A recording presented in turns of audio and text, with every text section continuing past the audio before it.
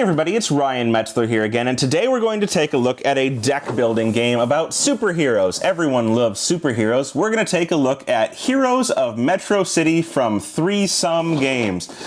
Interesting name. But anyhow, we're going to take a look at this superhero deck builder in which you're trying to collect various types of energy and use that energy to power your superpowers. Using those superpowers to fight out minions, villains, and arch enemies in order to try and defeat the arch enemy and win the game. Or lose to the arch enemy and everyone loses.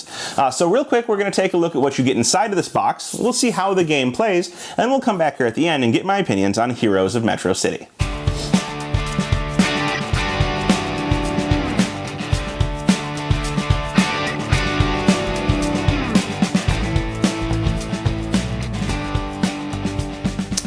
So here you can see the components for Heroes of Metro City, and now this is a deck building game that's been out for quite some time, that I've had on my shelf for quite some time, but I just haven't gotten to it. So now we're going to get to it.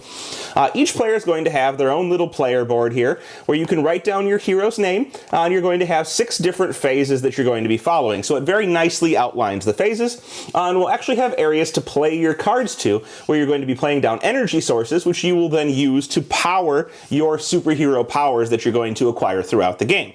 When you get this game and when you start a game, you're going to name your hero. Unfortunately, my marker, despite only having been used a couple times, no longer writes. So I can't write anything for you. But the name that you're going to choose will actually have bearing on the game depending on which cards are out for the round. So there are cards that interact with your player's name.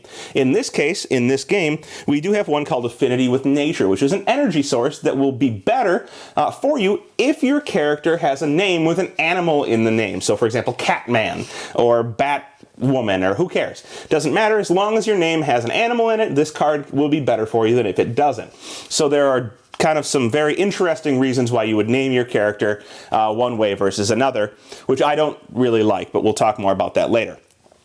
The game will start, and each player will actually have 5 cards of these origin stories. So we'll have 5 origin stories, and origin stories are going to provide you with plot points, which are going to be the currency of this game for buying new powers and new energy sources to put into your deck.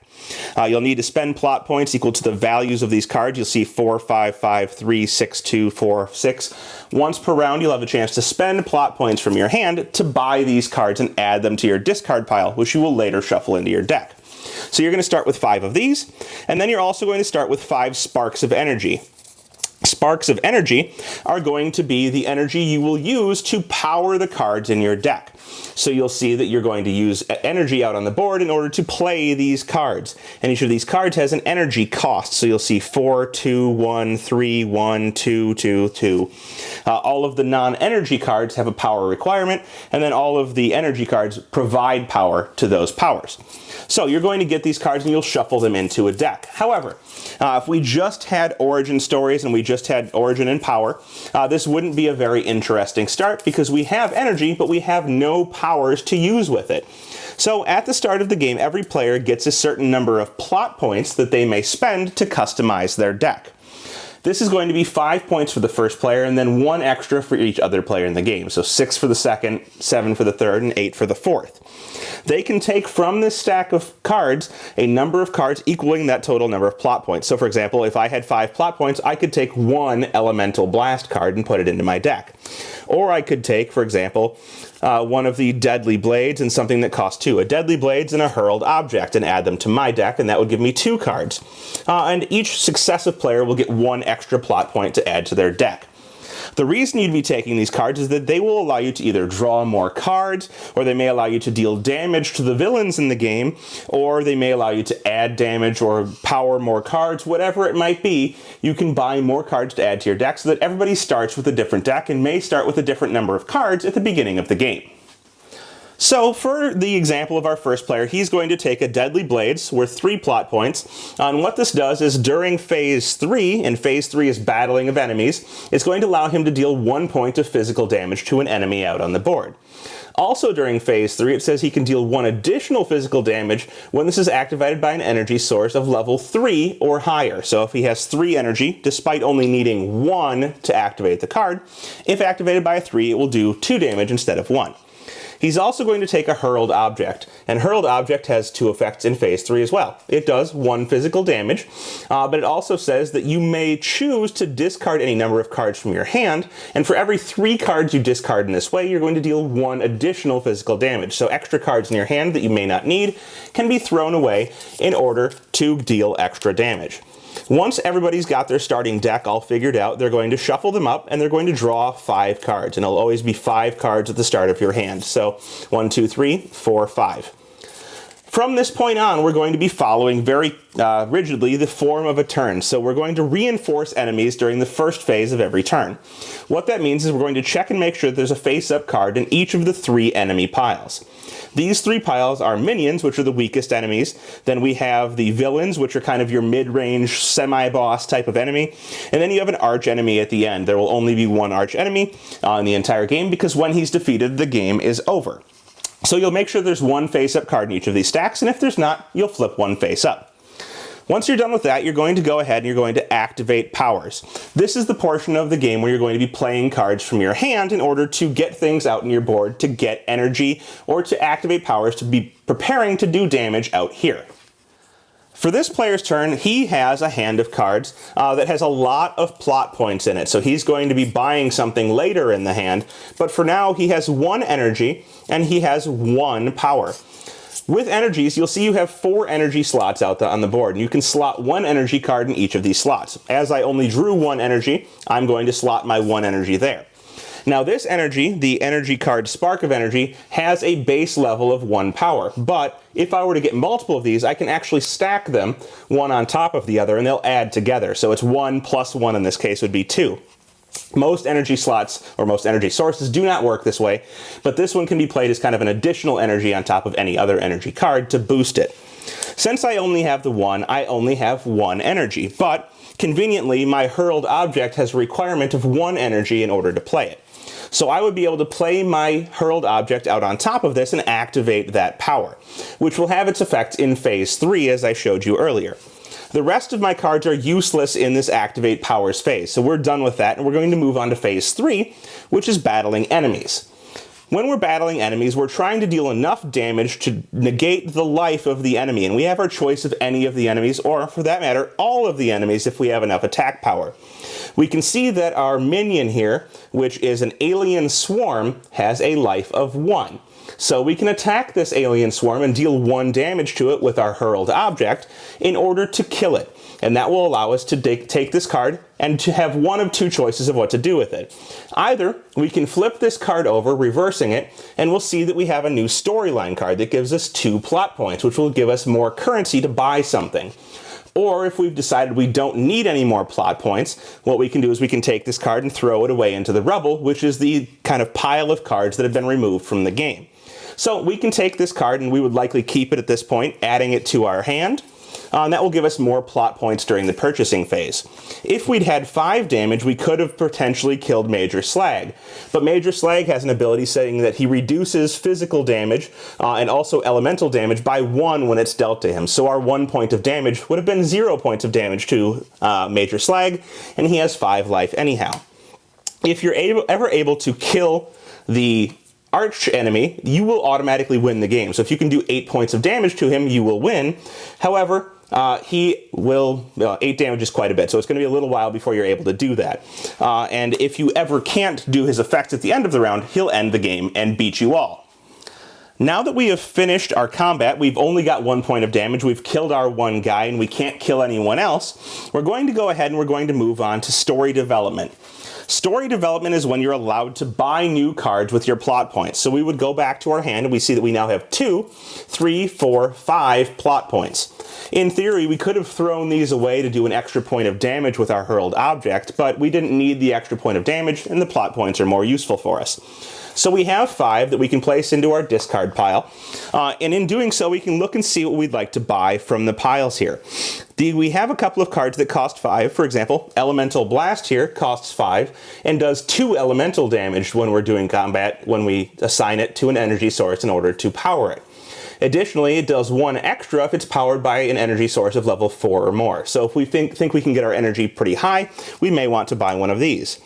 Alternatively, we could buy Supersonic Flight, which during the second phase, when we activate it, allows us to draw 2 cards, and then later on says that you may choose a power card that you have in play that does damage, and that one now does 1 extra damage. So it kind of powers up one of your other cards. This may be a good one to buy. If we don't want to buy a new power, we can look up at the different energy sources and perhaps buy one of those. Perhaps we'd like to buy one of the energy sources that lets us draw a card if we have our name with an animal name in it. Or if we got to 6 plot points, we could buy an energy source that says that if you don't use it to power something, it's worth a plot point during the purchasing portion of the game. For our current efforts, I think we're going to buy Supersonic Flight, which will let us draw more cards later if we power it, and that spends all of our points. At this point, we will move on to the city destruction phase. The city defense phase is when the enemies get their chance to attack the city, which is the population of cards out here in the center of the table. What you're going to do is for each remaining enemy, these dice match the colors, so this die would be for the minion if he were still alive, a purple for the villain, and the red for the archenemy. You're going to roll the dice of the remaining face-up guys. And when you roll these, you're looking to see if you can roll higher than the stop value on the card. So we look at our enemy villain, and we can see, let's say this is a 2-player game, the stop value here says that it's a 10. Well, we rolled a 4, that's not a 10. So, what happens? Well, we look at phase 5 on the card, and if we see here, phase 5 says that we destroy 1 melee power card or 1 ranged power card. So, whoever's rolling the dice, the active player would decide which one of these cards, melee or ranged cards, would we want to destroy. So we have a melee power card here, Deadly Blades. We have a ranged here, another melee, another ranged. Which one of these do I want to destroy? Well, let's just say we want to destroy a life-draining touch, and we'd move that to the rubble. No big deal. Not a problem. And these guys will never end the game if that can't happen. However, we also see that we didn't roll a high enough value with our red die. We needed an 11 to stop this from happening, so 11 or higher. The Baron here says that during phase 5, if we do not stop him, he's going to destroy 1 ranged power card and 1 storyline card. So we can destroy a storyline card, no problem. And we can destroy a ranged power card, no problem. We'll destroy these 2 cards. However, underneath that, it says in 6, it says right here, if you defeated a villain during this turn, draw 1 less card at the end of the phase. Well, we didn't destroy a villain, we defeated a minion, so no big deal, but if we'd killed this villain when we draw up for our next hand, and typically we'd draw 5, instead we'd only draw 4. So now that we're done with this, we would move on to the next phase. But if we were ever unable to satisfy the conditions of destroying the appropriate cards for the archvillain, the game would end and we would all lose. Instead, we're going to move on to cleanup. And what we're going to do is we're going to get rid of all of the powers we've played. We'd get rid of everything else remaining in our hand. And we have the option of leaving the energy sources out. So if you want to accumulate energy sources from round to round, you certainly can. If you don't, you may discard them, but then you would draw up to 5 new cards, or in the case of effects, you may draw fewer or more, but you would proceed on to the next player's turn, who would start over with phase 1, reinforcing the enemies, ensuring that we had 1 face-up card in each of the stacks. You play in this manner until one of 2 things happens. Either somebody will amass enough attack to destroy the archenemy, and that player will win the game, or alternatively, the archenemy will destroy enough cards that he can no longer destroy cards when he's not stopped by the effects of the dice, and the game will end with everyone losing. Either way, that's how you play Heroes of Metro City. Well, there you have it. That is Heroes of Metro City. Okay. I hate this. I hate this game. There's many problems with it in my opinion, and I apologize to Threesome Games for hating it, but I don't apologize because of what I'm about to say. There are several things that pop out right away. One, I don't like the naming of my hero. I take that back. I like the fact that I can name my hero. I hate the fact that naming my hero has an effect on the game, and that I need to stem my creativity in order to choose a name that has an animal in it if that card happens to be in the game, or various other things that could affect why I've named my character. I don't know. It just doesn't seem like a good fit. It seems like a strange mechanism. I don't like it. And I know that's a taste thing, but it does seem weird to me. 2, I don't really like the fact that I'm building up a deck and fighting various things. Maybe I'm killing a lot of minions or a lot of villains. But it really all falls down to who can get enough damage first to kill the archenemy. And yes, it's a build up to finish the game, but a lot of deck builders have a kind of mid-game scoring where you're picking up victory points or you're killing enemies in order to get victory points for endgame. There's none of that here. It's all about who gets to that critical point first and ends the game, and that's it.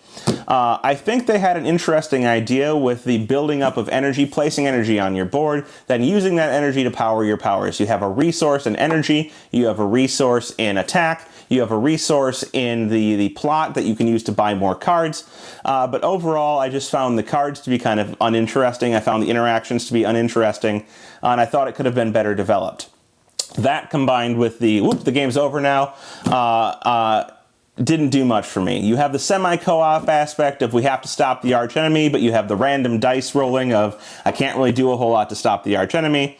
But there are some cards that negate that allow you to have bonuses to your rolls or things like that. But if they're not randomly placed in the game, there's nothing you can do about it. So it kind of takes deck building, which I found to be a relatively kind of controlled chaos for the most part. You can usually thin your deck, control the randomness, and adds more randomness to it and adds a terminal race stop point. Just not my type of thing. So you may enjoy it if you like superheroes and you like randomness and you like deck builders and you like race games. This may be one for you, but I just didn't find it to be enjoyable for me. So check it out. That's Heroes of Metro City. Thanks so much for watching the Dice Tower videos. Find more great videos and reviews as well as our top-rated audio podcast at Dicetower.com. You can also find other great shows at Dicetowernetwork.com. I'm Eric Summerer, and you've been watching The Dice Tower. The Dice Tower is sponsored by Cool Stuff Inc., where you can find great games for great prices. Cool stuff in stock. Check them out at CoolStuffInc.com.